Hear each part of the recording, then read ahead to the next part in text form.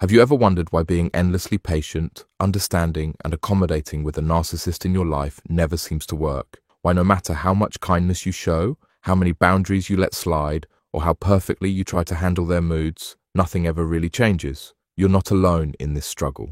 Millions of people find themselves trapped in this exhausting cycle, believing that if they could just be nice enough, patient enough, understanding enough, they could somehow reach that person and create the healthy relationship they desperately want. But here's what nobody tells you. Your niceness isn't healing them. It's enabling them. Think about it. Every time you absorb their criticism without pushing back, every time you apologize for things that aren't your fault, every time you make excuses for their behavior to others, you're sending a clear message.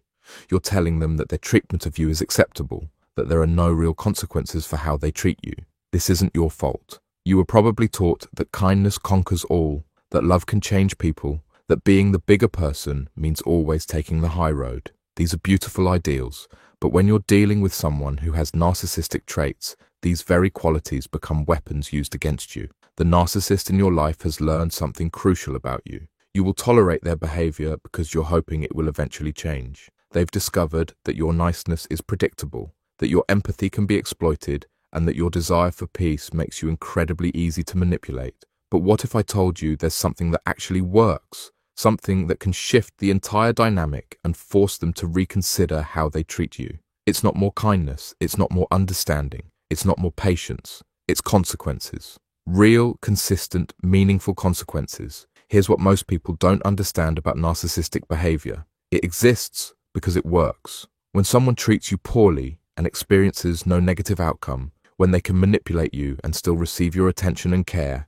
when they can disrespect you and you continue to show up exactly the same way, they have no motivation to change. Why would they? From their perspective, they're getting everything they want. The thing that actually creates change isn't your endless compassion. It's the uncomfortable realization that their behavior has a cost, that treating you poorly means losing access to you, that disrespecting you means facing real consequences. This doesn't mean becoming cruel or vindictive. This doesn't mean abandoning your values or becoming someone you're not. This means establishing and enforcing boundaries that have actual teeth. When someone speaks to you disrespectfully, you leave the conversation. When they try to manipulate you, you don't engage with the manipulation. When they violate your boundaries, they lose privileges in your life. When they refuse to take responsibility for their actions, they lose access to your emotional energy and support. The key is consistency. One consequence followed by going back to your old pattern teaches them nothing except that they need to weather the storm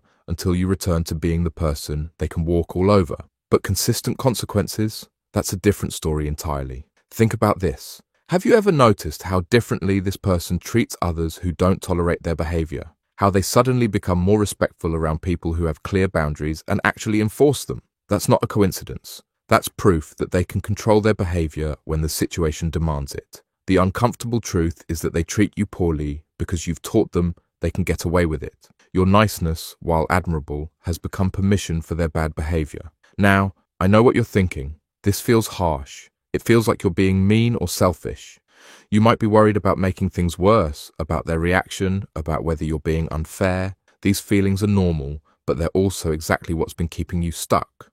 Your fear of their reaction has been more powerful than your commitment to your own well-being. Your desire to avoid conflict has been stronger than your need for respect. But here's something important to understand. Their reaction to boundaries isn't your responsibility. Their anger when faced with consequences isn't something you need to manage or fix. Their discomfort with being held accountable isn't your problem to solve. Your job isn't to make their life comfortable while they make yours miserable. Your job is to create a life where you're treated with basic human respect. The most powerful thing you can do is become someone who is no longer available for poor treatment, not through anger or retaliation, but through calm, consistent boundaries that you actually follow through on. When you start implementing real consequences, something interesting happens. The dynamic shifts. Suddenly, they can no longer predict your responses. They can no longer count on your endless tolerance. They begin to realize that their access to you isn't guaranteed regardless of how they treat you.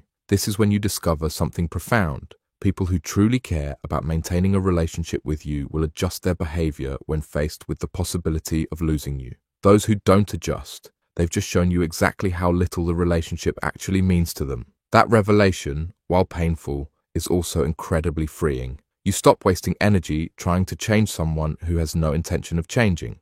You stop sacrificing your peace for someone who shows no appreciation for that sacrifice. The process isn't easy. There will be pushback. There will be attempts to guilt you back into your old patterns. They might accuse you of being difficult, selfish, or unreasonable. They might escalate their behavior temporarily, testing whether you'll hold firm or crumble under pressure. This is where your strength matters most. This is where you discover what you're truly capable of when you stop prioritizing their comfort over your own dignity. Remember, you're not trying to punish them. You're not trying to be vindictive. You're simply refusing to participate in a dynamic that diminishes you. You're choosing to value yourself enough to require basic respect. The people who belong in your life will rise to meet these standards. The people who don't were never really invested in your well-being anyway. Being too nice won't change a narcissist, but establishing consequences that actually matter will change how they treat you.